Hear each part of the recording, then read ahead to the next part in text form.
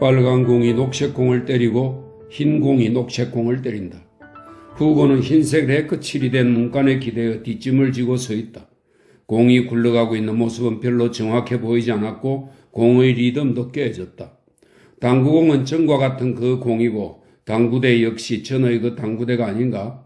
최고 제품이고 최고의 상태를 유지하기 위해 꾸준히 손질하지 않았는가? 페멜 박사가 녹색의 무에서 모형을 때릴 때면 그의 손이 훨씬 더 가벼워지고 그의 맞춤이 훨씬 더 정확하지 않았던가? 그런데 후고에게는 공의 리듬이 깨지고 모형들의 정확성이 떨어지는 것 같았다. 마법을 부수며 끊임없이 시간의 현재성을 가져오는 사람은 슈렐라였다. 그 시간의 현재성이란 이곳이고 오늘이며 1958년 9월 6일 토요일 오후 6시 44분이었다. 우리는 과거로 돌아갔다가 매번 현재로 던져진다. 끊임없이 현재인 셈이다. 초침이 한없이 앞으로 밀어낸 현재인 것이다. 여기, 오늘, 지금으로. 그 사이 식당에서 동료가 들려왔다. 계산, 웨이트, 계산요? 모든 것이 불꽃놀이 쪽으로 쏠렸고 군대 행렬을 보기 위해서 창가로 몰렸다. 로마 어린이 묘지 쪽으로 몰리고 있다. 카메라 플래시들은 정말로 제대로 되어 있는가? M이란 장관을 의미한다는 걸 당신은 몰랐죠? 세련되지 않았어요. 계산, 이봐 계산요. 시계는 쓸데없이 치지 않고 초침은 쓸데없이 움직이지 않는다. 시계바늘이 1분 1분 모여서 15분이 되고 30분이 되고 해가 된다. 시간과 초들이 정확히 계산되어 이루어진다. 공들이 부딪히는 리듬 속에서 로베르트 어디 있나? 로베르트 어디 있었나? 로베르트 지금까지 어디 있었나? 하는 질문이 울리지 않았고 로베르트는 공을 맞추면서 슈렐라 어디 있나? 슈렐라 어디 있었나? 슈렐라 지금까지 어디 있었나? 하고 대묻지 않았다. 이 여인은 녹색 카페 뒤에서 큐와 공을 가지고 때리는 일종의 연도 아니었던가? 무엇을 위해, 무엇을 위해, 무엇을 위해 하고 또 우리를 불쌍히 여기소서, 우리를 불쌍히 여기소서 하는 연도와 마찬가지의 것이 아니었던가? 슈렐라는 당구대에서 뒤로 물러설 때마다 고개를 흔들면서 웃었고 로베르트는 공들이 모형을 그리는 것을 그대로 내버려 두었다. 큐가 공을 때릴 때마다 후고는 자기도 모르게 머리를 내저었다. 마법은 날아가 버리고 정확성은 줄어들고 리듬은 깨져버렸다. 시계는 정확히 언제인가? 1958년 9월 6일 오후 6시 51분이다. 아, 그만하지. 로베르트가 말했다. 암스테르담이 아니잖아. 그래, 슈렐라가 말했다. 그만하지. 자네 말이 옳아. 저 소년이 더 필요할까? 그럼 내가 그를 필요로 하네. 아니면 가고 싶나 후고? 아니라고. 여기 있게. 큐들은 제자리에 세워두고 공들은 갖다 넣고 마실 것 좀 갖다 주겠나? 아니 여기 있어. 내 아들아. 내 너에게 보여줄 것이 있다. 여길 봐. 이 상자가 온통 서류야. 도장이 찍히고 서명을 함으로써 증빙서류가 되었지. 아직 한 가지 빠져있다. 이 서류 아래에 너의 서명이 없다. 이 아래에 너가 서명을 하면 너 내 아들이 되는 거야. 좀 전에 포도주를 들고 올라갔을 때 그 위에서 우리 어머니와 아버지를 봤지? 그분들이 너의 조부모가 되시고 슈렐라 씨는 삼촌, 루트와 마리아네는 누나가, 요제프는 형이 되는 거야. 너는 에디트가 내게 더 못 낳아주고 간 내 아들이 되는 것이고 아버지 생신에 내가 에디트의 웃음을 얼굴에 띄고 있는 새 손자를 소개한다면 아버지는 뭐라고 말씀하실까? 슈렐라, 이 소년이 더 필요하냐고? 우리는 그가 필요하네. 이 아이도 우리를 필요로 한다면 기쁘겠네. 아니, 더 좋은 것은 그에게 우리가 존재해야 되는 거네. 내 말 듣나 후고? 너에겐 우리가 존재해야 된단 말이야. 너가 페르디의 아들일 순 없지만 넌 그의 정신이다. 쉿. 울지 말고 방으로 가서 그 서류를 잘 읽어보아라. 조심해라. 복도를 갈 때 조심해 내 아들아. 슈렐라는 커튼을 올리고 바깥 광장을 내다보았다. 로베르트가 슈렐라에게 담뱃갑을 내밀자 그가 불을 붙여주었다. 둘은 담배를 피웠다. 자네 아직 호텔 방을 정리하지 않았나? 안 했어. 자네 우리 집에서 살지 않겠나? 아직 모르겠는데 슈렐라가 대답했다. 난 잘 갖추어져 있고 삶이 계속되면서 시간이 사람을 화해시키는 일상적인 사실들로 가득 차 있는 집들이 둘이 없네. 베르들은 단지 추억이 될 것이고 내 아버지는 꿈에 불과할 것이네. 그러나 여기서 그들이 베르디를 죽였고 여기서 나의 아버지가 흔적도 없이 사라지셨네. 두 사람에 대한 기억은 어떤 정치단체의 명단에도 포함되지 못할 걸세. 그들은 정치적 행동을 한 일이 없어서니까. 유대인 교회의 슬픈 노래 속에도 그들에 대한 기억은 없네. 유대인이 아니었으니까. 아마 베르디는 최소한 재판 기록상에는 살아있을 걸세. 우리 둘은 그를 생각하고 있네. 로베르트, 자네 부모님, 저 아래 있는 수위들, 그리고 자네 아이들은 벌써 그를 잊어버렸을 걸세. 난 이 도시에서 살 수가 없네. 이 도시는 내게 전혀 낯선 곳이 아니니까. 여기서 나는 학교를 다녔네. 난 그루펠 거리를 그들의 속박으로부터 구해내려고 했었네. 난 한 번도 입 밖에 내뱉어 본 일이 없는 말을 품고 다녔네. 로베르트, 자네와 이야기할 때도 말한 적이 없네. 내가 이 세상을 위해 무언가를 약속한 유일한 말이네. 난 그걸 지금도 말하지 않겠네. 아마 자네가 날 기차역까지 데려다 준다면 여기에서나 이야기할 수 있을지 모르지. 오늘 중으로 떠나려고? 아니네, 오늘은 아니야. 호텔 방이 진짜 제대로 된 방이네. 문을 닫고 안에 있으면 이 도시가 다른 도시들처럼 완전히 낯설어지거든. 아마 자네는 내가 이 나라에서 정치적인 기회를 가질 수 없기에 이곳에서 살고 싶어 하지 않는다고 생각할지도 모르지. 그것보다 난 내가 언제나 완전히 비정치적이었고 지금도 여전히 비정치적이기 때문에 이곳에서 살 수가 없다고 생각하네. 그는 바깥 광장을 가리키며 웃었다. 나를 깜짝 놀라게 할 만한 사람은 저 아래에 없네. 그래. 난 다 알고 있네. 그들이 저 아래에 있는 걸 보고 있어, 로베르트. 네틀링과 바키라. 로베르트, 그들이 저 아래에 있기 때문이 아니라 다른 사람들이 없어서 불안하네. 누구냐고? 내가 하고자 하는 그 말을 종종 생각하고 나에게 속삭이는 사람들 말이네. 나는 하이드 공원에서 한 노인에게서 그 말을 한번 들은 적이 있네. 로베르트, 너희들이 그를 믿는다면 왜 그가 명한 대로 행하지 않느냐? 바보 같은 소리지. 그렇지 않은가? 비현실적인 말이야, 로베르트. 너희 어린 양을 돌보아라. 로베르트, 그러나 그들은 늑대들만을 길렀지. 자네들은 전쟁에서 무엇을 집으로 가져왔나? 로베르트, 다이너마이트? 오락의 멋진 물건이지. 나는 자네의 열정을 충분히 이해하네. 베르디와 에디트에게 자리를 내두지 않은 세상에 대한 정오, 나의 아버지와 그롤과 우리가 결코 이름을 알아내지 못한 젊은이, 바키라에게 반대해서 손을 들었던 폴란드 사람에게 자리를 주지 않았던 세상에 대한 정오 말일세. 자네는 다른 사람들이 바로크적인 마돈나를 수집할 때 정력학 자료들을 수집했고 공식들을 쓴 카드를 만들어냈지. 내 조카 에디트의 아들도 회반죽 냄새에 신물이 난 나머지 성 안톤 대수도원의 얼룩진 담장들이 아닌 다른 곳에서 미래를 위한 공식을 찾고 있는 것이지. 그 아이가 뭘 찾고 있을까? 자네가 그 애에게 공식을 줄 수 있을까? 그 애는 자네가 아버지가 되고자 하는 새 동생의 얼굴에서 그 공식을 찾을까? 자네 말이 옳아, 로베르트. 우리는 자식을 낳아 자동적으로 아버지가 되는 게 아니라 진정으로 아버지가 되어야 하는 걸세. 혈육의 목소리는 허위일 수가 있지. 유일하게 다른 목소리가 진실이야. 그것이 내가 결혼하지 않는 이유이네. 나는 내가 아버지가 될 것이라는 사실을 믿을 용기가 없네. 오토가 자네 부모에게 그러했듯이 내 아이들이 나에게서 낯설어질 수 있다는 사실을 난 참을 수 없을 것이네. 우리 아버지와 어머니에 대한 생각조차 나에게 충분히 용기를 주지는 않네. 자네도 요제프와 루트가 어떻게 될지, 어떤 성찬을 앞으로 먹을지 모르잖아. 에디트의 아들들에 대해서도 자네 자신에 대해서도 확실한 것이 없잖아. 아니, 아닐세, 로베르트. 자네는 내가 호텔 방을 정리하지 않고 전에 오토가 살았고 에디트가 죽은 그 집으로 들어가지 않은 것을 이해할 걸세. 매일 젊은이가 쪽지를 던져주고 간 우편함을 보는 것도 나로선 참을 수 없는 일이네. 우편함은 옛날 그 그대로인가? 아니네, 로베르트가 말했다. 문을 완전히 새로 해달았어. 폭탄 파편으로 엉망이 되었거든. 그 앞 보도는 그대로네. 보도의 끝과 문이 맞닿아 있잖아. 그 위로 걸어다닐 때가 생각나나? 그럼, 로베르트가 말했다. 그때 생각이 나네. 그것이 아마 내가 정력학 공식을 수집한 이유의 하나일지도 몰라. 자네는 왜 더 일찍 돌아오지 않았나?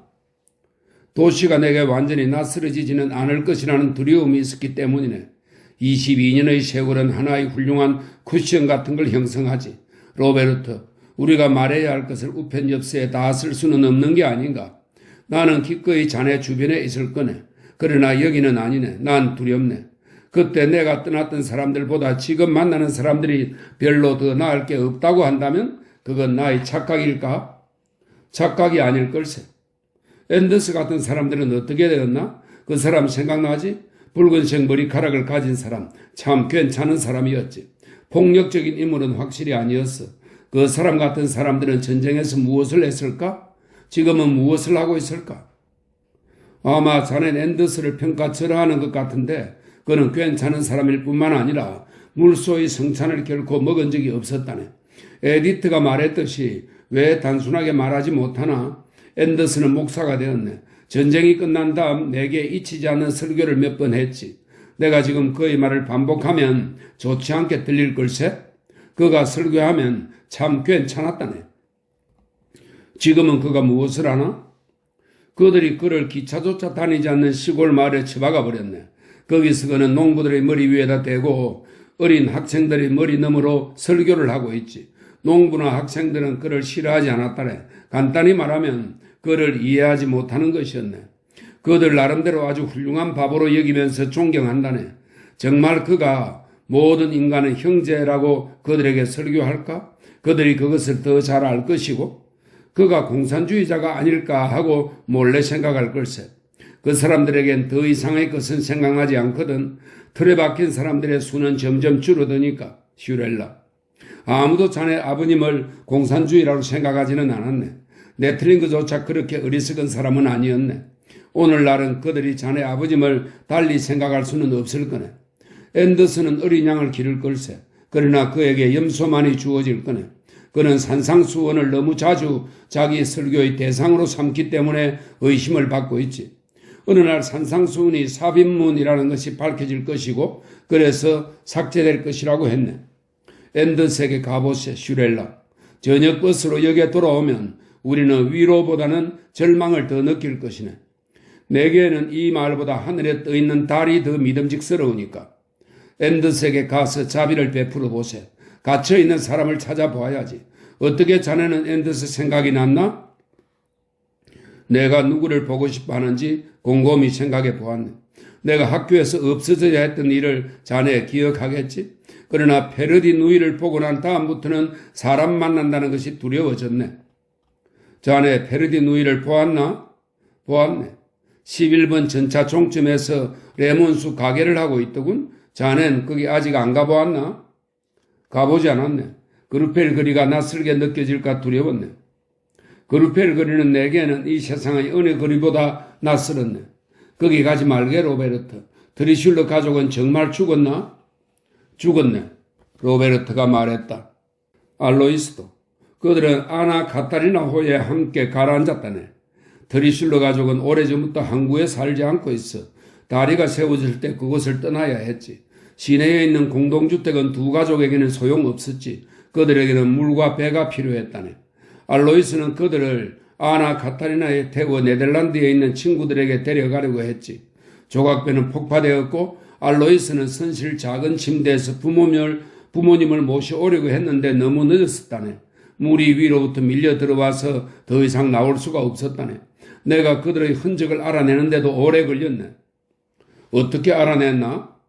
앙크에서 매일 그곳을 가서 아나 카타리나에 무슨 일이 일어났는지 아는 사람을 찾을 때까지 모든 선박에 물어봤거든. 슈렐라는 커튼을 내리고 테이블로 가서 재떨이에 담배를 눌러 껐다. 로베르트가 그를 따랐다. 이제 우리 부모님께 올라가야 할 것 같은데? 아니면 자네는 파티에 가고 싶지 않은가? 아니, 같이 가세. 그런데 그 소녀는 기다리지 않으려고? 슈 보이게르 같은 그 친구는 원래 무엇을 하는 친구지? 정말 관심이 있나? 물론. 그런데 왜 관심이 있느냐고 묻는 건가? 자네 호텔 방이나 여관 방에서 앤더스와 슈 보이게르 생각을 했나? 그래. 그레베와 홀텐도 생각했지. 그들은 내가 집으로 돌아올 때 나를 습격하지 않은 유일한 사람들이라네. 드리슈과도 동참하지 않았지. 그들은 무엇을 할까? 아직 살아있을까? 홀테는 죽었어. 전사했네. 로베르트가 답했다. 그러나 슈보이겔은 아직 살아있네. 그는 작가가 됐네.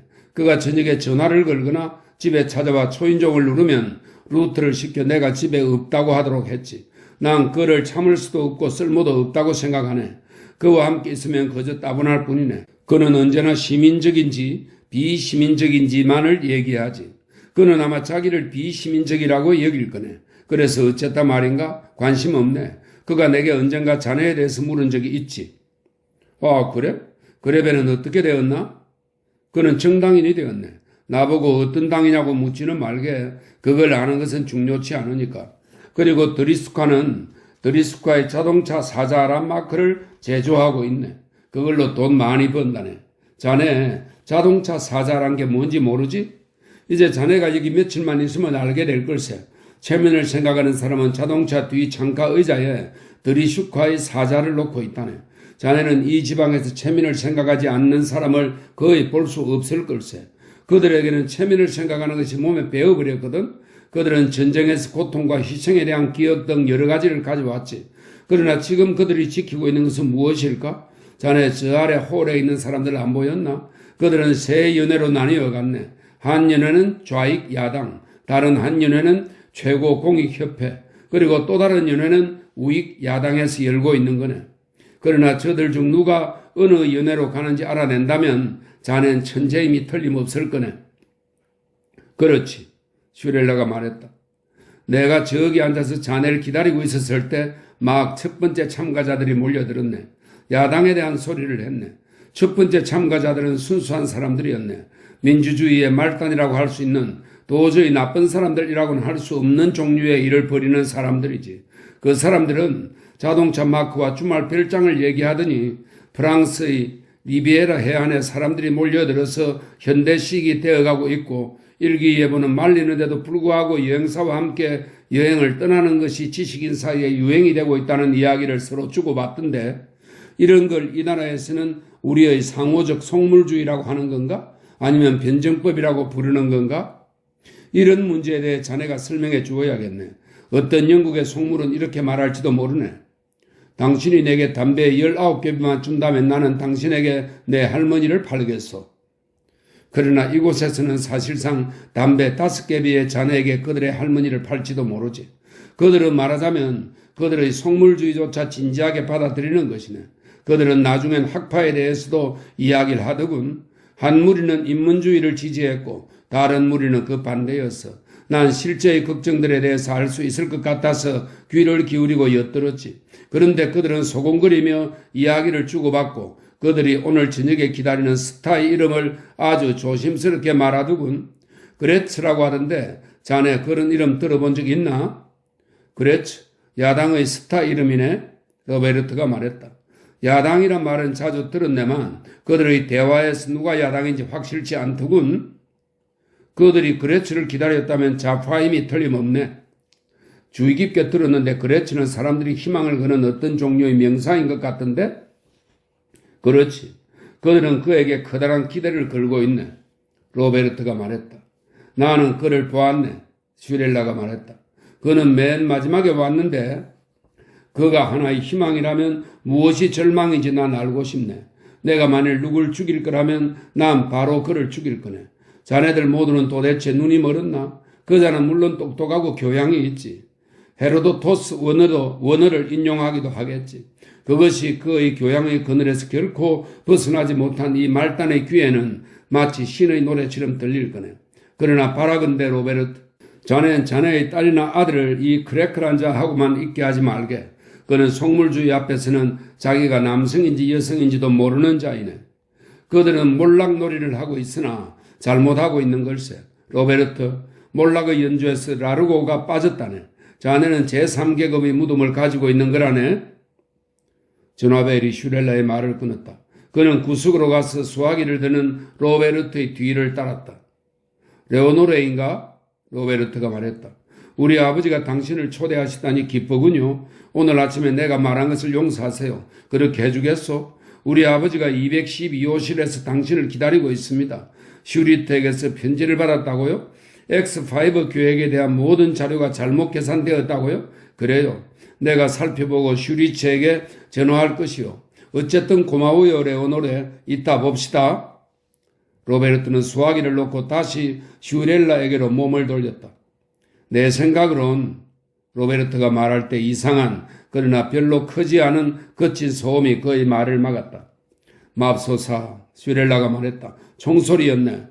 맞네. 로베르트가 말을 받았다. 총소리였어. 우리 이제 위에 올라가 봐야 하네. 후고는 포기 선언을 읽어보았다. 내 아들 후고가 동의함을 선언한다. 그 밑에는 육중한 도장이 찍혀 있었고 서명도 되어 있었다. 그러나 그가 두려워하였던 그 목소리는 들리지 않았다. 어떤 목소리가 그에게 명령했던 목소리였던가. 그의 어머니가 거리를 배회하고 집에 돌아와 침대에 누워서 그 끔찍한 연도 무엇을 위해를 중얼거릴 때 어머니의 헐벗은 몸을 덮어주도록 후고에게 명령했던 목소리였던가? 그는 연민을 느끼면서 어머니의 헐벗은 몸을 덮어드리고 어머니에게 마실 것을 갖다 드렸어. 그는 그들에게 습격을 당해서 매를 맞고 하나님의 양이라고 불리는 위험 속에서 가게에 숨어들어가 담배 2개비를 구걸했었다. 저런 건 태어나지도 말아야 했어. 와 같은 카나스타 게임을 하도록 명령한 그 목소리였던가? 양치는 여 목사의 방에 들어가라고 경고를 한 목소리. 그 목소리가 지금은 그에게 아버지라는 말을 혼자서 중얼거리게 하는 것인가? 그에게 명령된 공포를 줄이려고 그는 다른 단어들을 계속 떠올렸다. 형제, 자매, 할아버지, 할머니, 삼촌. 그러나 이러한 말들이 공포를 줄여주지는 못했다. 그는 더 많은 다른 낱말들을 떠올려 보았다. 동력과 다이너마이트, 당구와 정확성, 콧장등 위의 흉터, 코냑과 담배, 파란 공 뒤에 빨간 공, 파란 공 뒤에 흰 공. 그러나 공포는 줄어들지 않았다. 아마 어떤 동작을 하는 편이 공포를 완화해 줄지도 모른다. 창문을 열고 중얼거리는 인파를 내려다 보았다. 저 사람들은 위협적인 일로 중얼거리는 것일까? 아니면 즐거워서 저러고 있는 것일까? 어두운 푸른 하늘에는 불꽃놀이가 한창이었다. 커다란 꽃을 만들어내며 천둥 소리가 났고 두 손을 뻗치듯 오렌지색의 불꽃이 퍼졌다. 창문을 닫았다. 문 앞 옷걸이에 걸려있는 자주색 제복을 쓰다듬었다. 복도 문이 열렸다. 흥분하는 분위기를 여기 위층에서도 느낄 수 있었다. 211호실에 중상자 한 사람이 있다. 목소리들이 들끓고 있었다. 이리저리 위아래로 오가는 발자국 소리가 났고 끊임없이 경찰들의 목소리가 울려 퍼졌다. 거기서 비켜요. 거기 비켜요. 우리는 떠난다. 후고는 불안했다. 그는 아버지 하고 속삭여 보았다.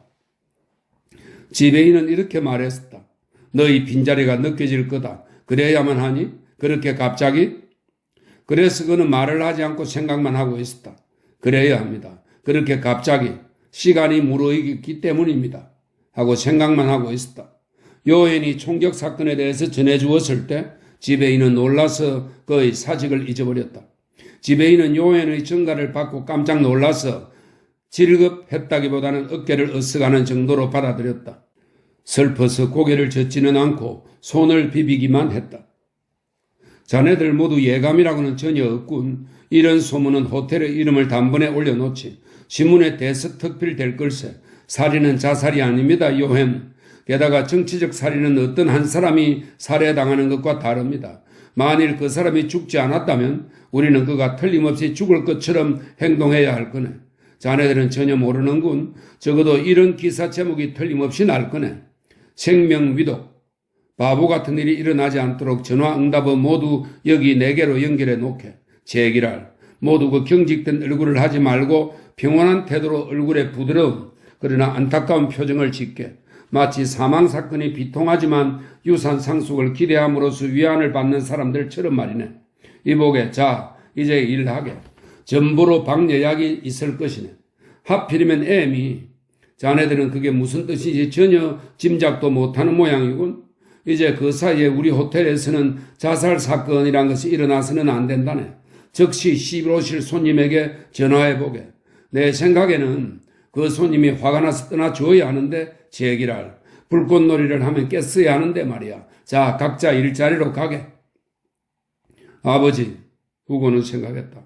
아버지가 저를 여기서 데려가셔야 합니다. 그들은 날 212호실에 놓아주지 않았습니다. 계단의 으슴푸레한 그늘에서 섬광이 번쩍였다. 엘리베이터에 불이 보였다. 213호실부터 226호실까지의 손님의 이동을 도와주고 있었다. 손님들은 통행을 차단한 지역 때문에 4층까지 엘리베이터로 올라가서 종업원용 계단으로 다시 내려와야 했다. 웅성거리는 소리가 크게 엘리베이터 문에서 터져나왔다. 어두운 색의 양복들, 밝은 옷들, 당황하는 얼굴들, 고약한 일이고 스캔들이라고 삐죽거리는 입술들. 후고가 문을 너무 늦게 닫는 바람에 그녀가 그를 발견하고 그의 방 앞 복도로 달려왔다. 그는 안에서 막 자물쇠를 돌렸고 손잡이가 세차게 덜커덩거렸다. 문 열어 후고, 문 열어요. 그녀가 말했다. 안 됩니다. 명령이다. 전 15분 전부터 이 호텔 종업원이 아닙니다, 부인. 그만두었어요? 예. 어디로 가지? 제 아버지에게 갑니다. 문 열어 후고, 문 열어봐. 자네 마음을 아프게 하거나 놀라게 하지 않을 거야. 자네는 떠날 수 없어. 자네에게 아버지가 안 계시는 걸 난 다 안다네. 정확하게 안다고. 난 자네가 필요하네, 후고. 자네는 그들이 기다리고 있는 바로 그 사람이야. 후고, 자네도 그것을 알고 있잖아. 자네는 온 세상을 보게 될 것이고 그들은 최고급 호텔에서 자네 발 앞에 엎드리게 될 거네. 자네는 말할 필요 없이 그냥 있기만 하면 되네. 얼굴을 보고 얘기해 후고. 제발 문 열어요. 자네는 떠날 수 없어. 손잡이 뒤트는 소리 때문에 그녀의 말이 끊겼다. 애원하듯 엎조려가는 그녀 목소리가 일단 멈추었다. 정말로 나를 위해서 그러는 게 아니네 후고. 내가 했던 말과 행동은 잊어주게. 그것은 절망이었어. 자 이제 이리 와요. 그들을 위해서 그들이 자네를 기다리고 있다네. 자네는 우리의 어린 양이네. 문고리가 한 번 더 덜커덩거렸다. 여기서 뭘 찾으세요? 그녀가 물었다. 내 아들을 찾고 있어. 후고가 당신 아들입니까? 그렇소 후고. 문 열어라. 처음으로 부탁한다라는 말을 하지 않았다고 후고는 생각했다. 그는 열쇠를 돌려서 문을 열었다. 이리 와라 얘야 가자. 예 아버지 갈게요. 짐은 더 없니? 없어요. 가자. 후고는 그의 짐을 들었다. 그는 트렁크를 들었다. 그리고 아버지의 얼굴에 그녀의 얼굴이 가려져 있는 게 기분 좋았다. 그는 직원용 계단을 내려오면서 그녀가 우는 소리를 들었다. 울지 말아라 얘들아. 노인이 말했다. 어머니는 다시 돌아와서 우리 집에 있게 되실 거다. 우리가 포도주를 못 먹도록 내버려 두고 있는 사실을 알게 되면 어머니는 매우 슬퍼하실 거다. 물론 그는 생명이 위험할 정도로 다쳤다. 나는 그 커다란 놀라움이 그의 얼굴에서 다시는 사라지지 않기를 바란다. 그들은 모두 자신들이 죽지 않고 영원히 살 것이라고 생각하고 있다. 그 거칠고 작은 소음이 기적을 일으킬 수도 있을 거야. 너희 숙녀들은 선물과 꽃들을 챙겨다오. 레오노레는 꽃을, 루트는 생일 축하 카드를, 마리아네는 선물들을 정리해다오. 질서는 삶의 반쪽을 이루지. 다른 반쪽은 무엇으로 이루어질까? 어쩔 수 없구나. 얘들아, 난 슬퍼할 수 없구나. 위대한 날이다. 내 아내를 다시 찾게 된 날이며 아들을 선물 받은 날이다. 슈렐라, 내가 아들이라고 불러도 괜찮을까? 에디트의 오빠잖아. 게다가 손자까지 생겼구나. 이름이 뭐라고? 후고. 아직 널 정말로 손자라고 부를 것인지 결정할 수가 없구나. 하지만 내 아들의 아들이지. 그러나 아직 내 손자는 아니다. 어떤 목소리가 널 손자로 부를 수 없게 명령하는지 설명할 수가 없구나. 앉아라. 여기 숙녀들이 우리에게 샌드위치를 만들어 줄 거다. 바구니에 든 음식들을 모두 먹어치워라. 얘들아, 그러나 레오노레가 잘 정리해 놓은 걸 마구 흩어놓지는 말거라. 각자 한 해마다 연표 위에 앉는 것이 제일 좋겠구나. 슈렐라, 자네는 A 뭉치에 앉게. 그것이 가장 높군. 로베르트, 넌 1910년 뭉치가 어떠니? 그 다음으로 높은 뭉치지. 요제프, 너도 하나 고르지 그래? 1921년짜리도 나쁘지 않다. 자, 다 되었구나. 앉아라. 첫 모금은 MC를 위해서 그의 얼굴에서 놀라운 표정이 가시지 않기를 바라며 마시고, 두 번째 모금은 내 아내를 위해서 마시자. 그녀의 기억력에 신의 축복이 있기를. 슈렐라, 자네 누가 문을 두드리나 한번 보아주겠나? 그레츠시라는 사람이 나를 보고 싶다고 하나? 그가 멧돼지를 등을 바닥으로 해서 끌지 않기를 내가 바란다고? 아니라고? 다행이군. 친애하는 슈렐라, 내가 그와 말할 시간이 없다고 전해주게. 그렇지 않으면 오늘 이 시간이 그레츠라는 어떤 사람을 맞아야 할 날이며 시간이라고 생각하느냐? 로베르트야. 아니지. 고맙네 슈렐라. 지금은 엉터리 이웃 감정은 거절해버리는 시간이라네. 단 두 마디의 말에 목숨을 대가로 치를 수도 있었지. 죄와 치욕이다라고 늙은 그레츠 부인은 말했지. 손동작 하나와 오해하여 눈 한 번 깜빡함으로써 목숨을 대가로 치를 수 있었지. 그렇다. 후고 포도주를 따라라. 우리가 여기서 가족끼리 너가 얻어낸 능력을 가늠해보고 그걸 실현하려고 하는데 널 괴롭히는 일이 되지 않기를 바란다. 커다란 꽃다발은 성안동 대수도원의 모습을 이루고 있는 것 앞에다 놓고 조그만 꽃다발은 그 옆의 왼쪽과 오른쪽으로 제도용 통을 놓는 판 위에다 놓아라. 제도용 통은 내려서 버려라. 그것들은 모두 비어 있어서 장식에 불과할 뿐이다. 혹시 우리 중에 누군가 그 값비싼 종이를 쓸 생각을 하는 사람이 있느냐? 아마도 너일 수도 있겠구나, 요제프. 넌 왜 그렇게 불편하게 앉아있니? 넌 1941년 연표를 찾았잖아. 일이 거의 없던 해였다. 얘야, 1945년은 더 나았을 거다. 그 해엔 거의 1909년만큼 주문이 폭주했지. 그러나 난 포기했다. 얘야, 영국군의 소울이라는 말이 건축에 대한 내 의욕을 앗아가 버렸지. 루트야, 축하 카드를 보낸 사람들의 주소를 내 제도 탁자에 쌓아두어라. 감사히 답신을 인쇄해야겠다. 그리고 주소 적는 일을 도와다오. 그 보답으로 헬레나 호르슈카 가게에서 좋은 걸 사주마. 감사 답신의 내용을 뭐라고 할까? 저희 80세 생일을 맞아 보내주신 후에 진심으로 감사의 뜻을 표합니다. 아마 답신 한 장 한 장마다 내가 직접 스케치를 해 넣을 것이다. 어떻게 생각하냐? 요제프, 펠릭은 새를 그려 넣을까? 뱀을 그려 넣을까? 물소는 어떨까? 요제프, 이번에는 너가 문으로 가서 이렇게 늦게 누가 오는지 살펴보아라. 카페 크로너의 종업원 4명이 왔다고? 선물을 가지고? 너희 생각에 내가 그걸 거절해서는 안 된다고? 좋다. 들어오라고들 해라. 그들은 조심스럽게 선물을 들고 문 안으로 들어섰다. 종업원 2명과 조리대에서 일하는 여자 2명이 사각형의 목판을 들고 들어섰다. 넓다기보다는 기다란 늘반지에는 눈처럼 흰 아마 보자기가 덮여 있었다. 노인은 깜짝 놀랐다. 저들이 시체를 가져온 건가? 흰 보자기로 덮여있는 지팡이처럼 뾰족하게 튀어나온 것은 코인가? 그들은 귀한 시체라도 다루듯 조심스럽게 들고 왔다. 쥐 죽은 듯한 침묵이 흘렀다. 화환을 정리하던 레오노르의 두 손은 굳어버린 듯 했고 루트는 금태가 둘린 축하 카드를 들고 있었으며 마리안에는 빈 바구니를 내려놓지 못하고 있었다. 아니에요. 노인은 나지막하게 말했다. 그걸 바닥에 내려놓지 말아요. 저 사람들에게 제도용 의자 2개를 갖다 주어라. 후고와 요제프는 제도 의자 2개를 구석에서 들고 나와서 1936년의 설계도 더미를 지나 1939년의 설계도 더미가 있는 아뜰리에의 한가운데에 놓았다. 남자 종업원 2명과 여자 종업원 2명은 목판을 제도용 의자 위에 놓고 내 귀퉁이로 흩어졌다. 그들은 아마 보자기의 한 모서리씩을 잡았다. 그중 나이가 든 종업원이 높이라고 짧고도 날카롭게 외쳤다. 보자기가 들추어졌다. 순식간에 얼굴이 붉어진 노인은 과자 모형으로 펄쩍 뛰어갔다. 그의 주먹은 분노의 박자를 표현하기 위해서 온갖 힘을 모으는 북치는 사람의 주먹처럼 높이 올라갔다. 순간 그는 그 설탕을 뿌린 과자 케이크를 으깨어버릴 것처럼 보였다. 그러나 그는 올렸던 주먹을 다시 내리고 손을 옆으로 떨어뜨렸다. 그는 조용히 웃고 여종업원들에게 몸을 굽혀 인사를 했다.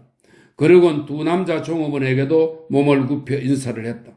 다시 몸을 일으킨 노인은 양복 재킷에서 지갑을 꺼내더니 4명에게 각각 지폐 한 장씩을 팁으로 주었다. 그는 조용히 말했다. 크로너 부인에게 나의 정중한 감사 인사를 전해주시오. 그리고 그녀에게 중대한 일이 생겨 내가 아침 식사를 거기서 더 못한다고 말해주시오. 중요한 일 때문에 내일부터는 그곳에서 아침 식사를 못합니다. 그는 조그만들이 나갈 때까지 기다렸다가 소리쳤다. 자, 얘들아, 큰 칼 하나와 케이크 접시를 가져오너라. 그는 가장 먼저 수도원 교회의 탑을 잘라내어서 그 접시를 로베르트에게 건네주었다.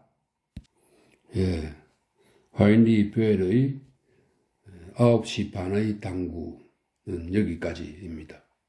이 작품 속에서 물소의 성찬이라는 글이 많이 나오는데 이 물소의 개념은 어리석음과 야만적 힘의 상징이라고 설명하고 있습니다.